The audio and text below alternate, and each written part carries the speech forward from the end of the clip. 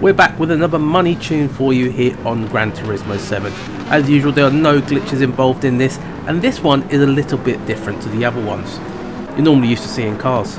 This is a car. Well, kind of. It's powered by a Moto GP engine.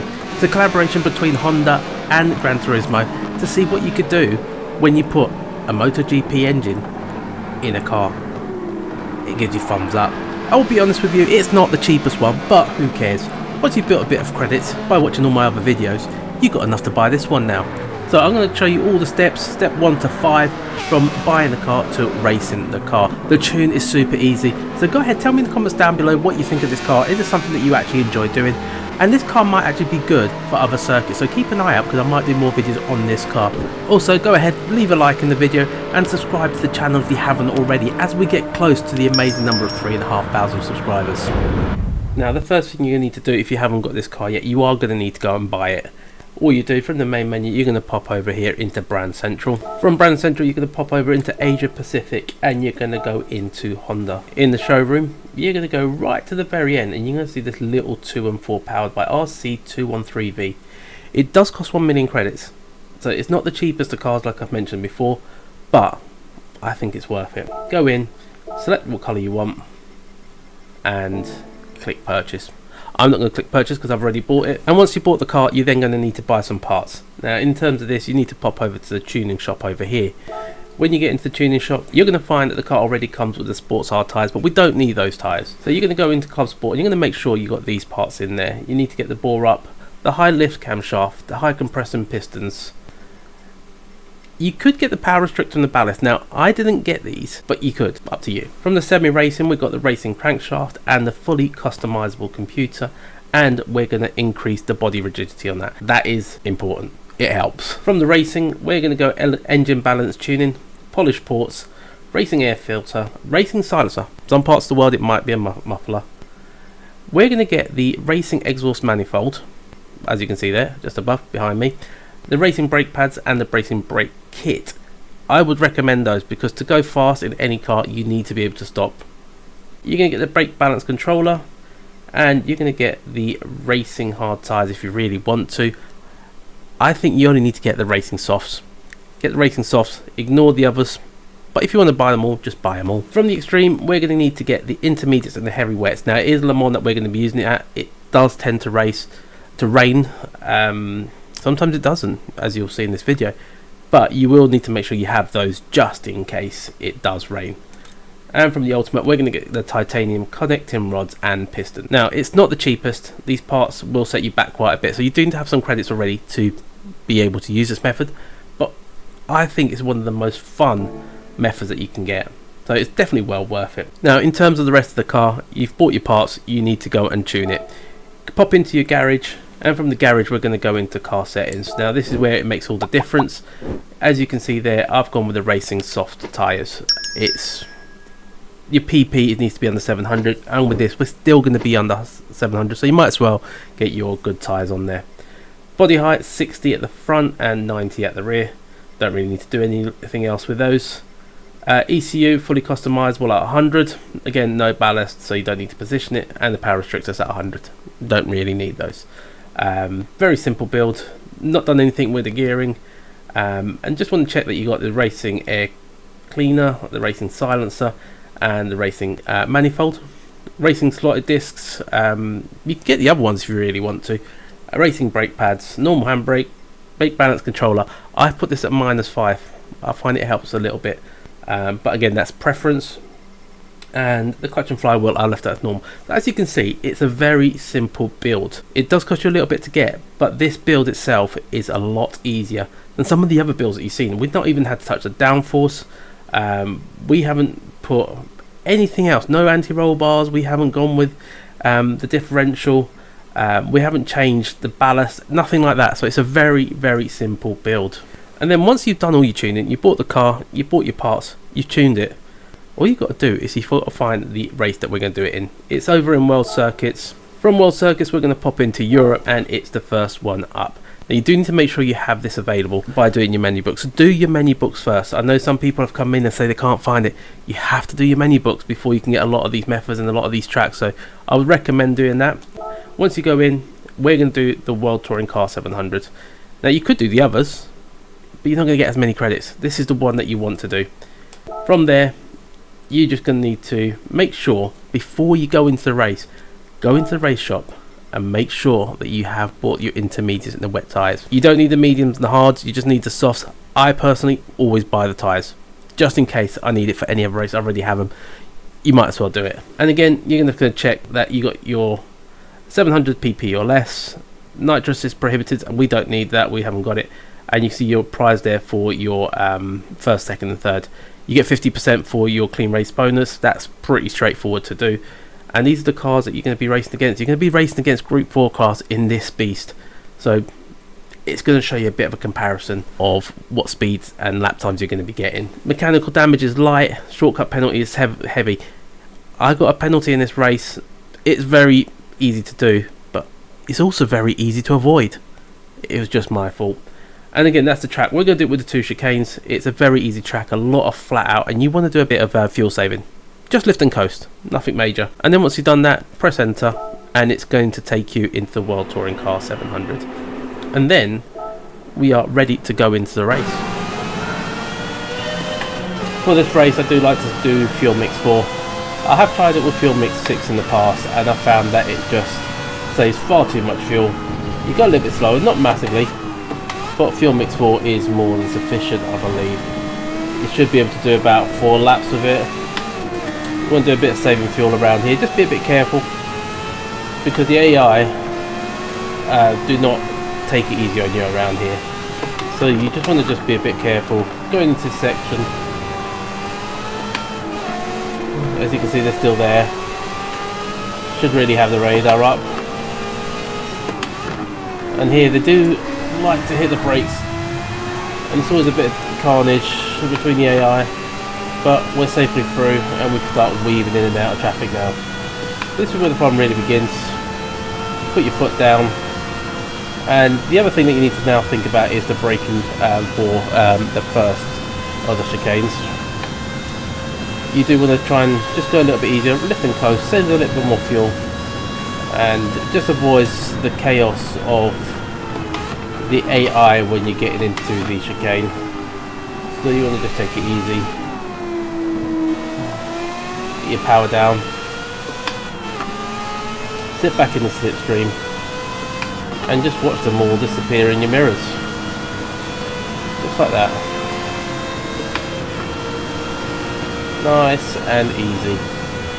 Again, when you come to the next one, find a good braking point. You don't want to overtake these two at this point, I don't think, so let the car coast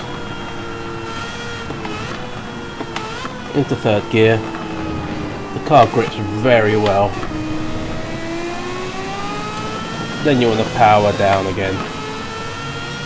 Get easy through, just like a hot knife through butter. Make sure you get those shifts right, not like me. In this section here, you want to try and be in third gear, avoid that wheel spin, and go chasing after them again. At this point, you're probably going to get them by the next turn.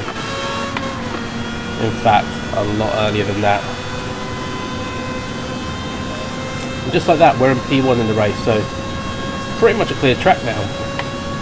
Don't need to worry about the radar too much. Just be careful, track limits there.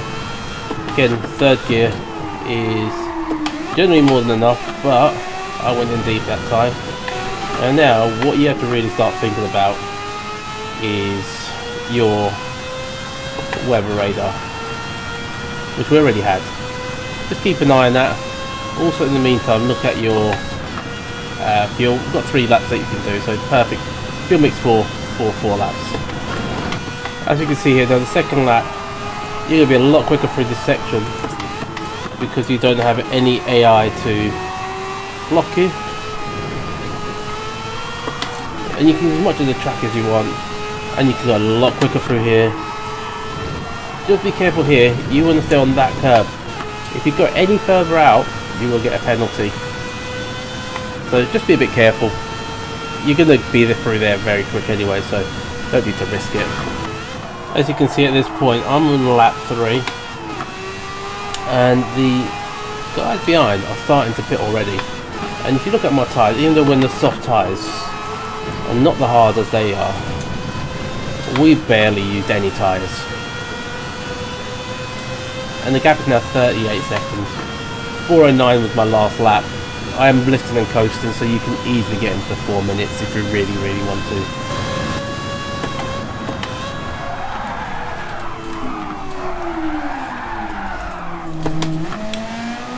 And as you can see there, I've made a little bit of a mistake. I caught the curve a little bit, but the car, surprisingly, was easy enough to control. And at the end of lap 3 into lap 4, I've got about a lap worth of fuel to use. So I'm going to be short shifting, I don't really need to rush it. And what I'm really looking forward to now is looking at that weather radar, just to see if the rain hits. Ideally, if it's going to hit, I want it to hit now, so I can go in and get the intermediates on. And that will just save us having to do an extra pit stop if it does come afterwards. I don't really want to rush this lap too much, just in case you see any weather, but we're not seeing anything just yet. As we're approaching the end of lap 4, we're on 0.2 worth of fuel. We're going to go to the pits. There's no rain in sight, so we're really just going to go in for fuel. We'll fill the car up and wait and see what happens with the weather. It may not rain, it might do. We've just got to be gentle in. And while we go in, we're going to remember, don't change your tyres, let the car fuel up. And as the guys are getting themselves ready, just remember we have partnered with GT Omega. And if you do need any sim rigs, any accessories, any chairs, pop over to gtomega.com, use the code ChunkyGT, and they will give you 5% discount at checkout. So great deals already there, and you get an extra 5%, so do go and check that out. As the car comes in, we're just going to refuel. The guys get to work. It's a proper American feel with the NASCAR and the IndyCar with the little canisters in there. Get all your fuel in, off we go, back out on track.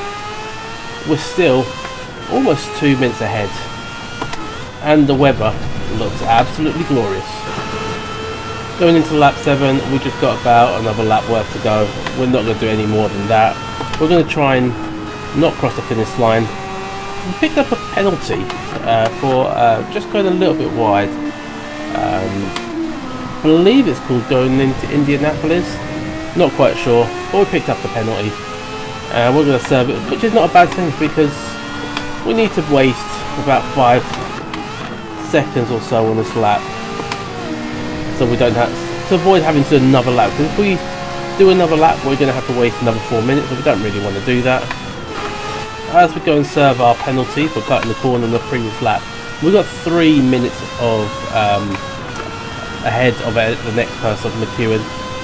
The weather, it's been nice, it's been dry, it's not rained, which is unusual, but it could happen, so it's been good for this race. We've just had to stop the once for the fuel, and not had to do anything with the tyres. We kept the racing softs on from the beginning, and now it's just a matter of getting to the end. I want to get there after that 45 seconds runs out.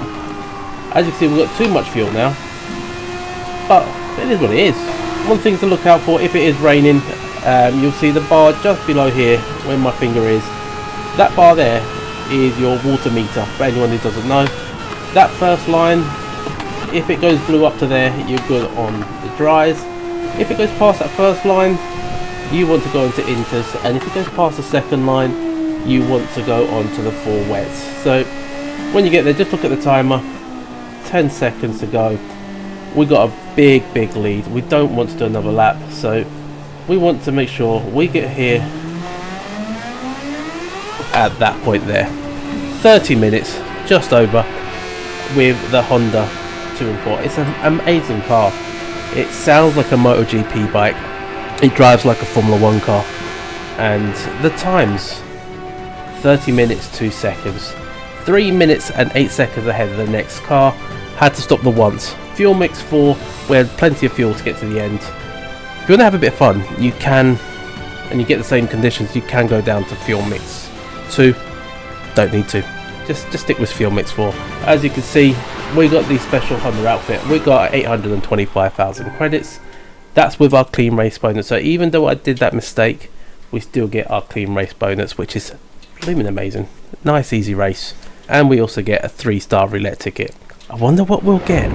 So there you go, guys. I hope you have enjoyed that video. This car is absolutely stunning to drive. As you can see there, I had that little incident. I can actually control the car so much easier.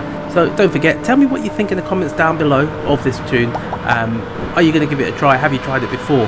And also, don't forget, drop a like and subscribe to the channel if you haven't already. And if you are wanting to make more credits on Gran Turismo 7, just go ahead and click this video up here, or that one over there, and you'll have another couple of methods on how to make money on Gran Turismo 7. I've been Chunky Ribena, and I'll catch you on the next one.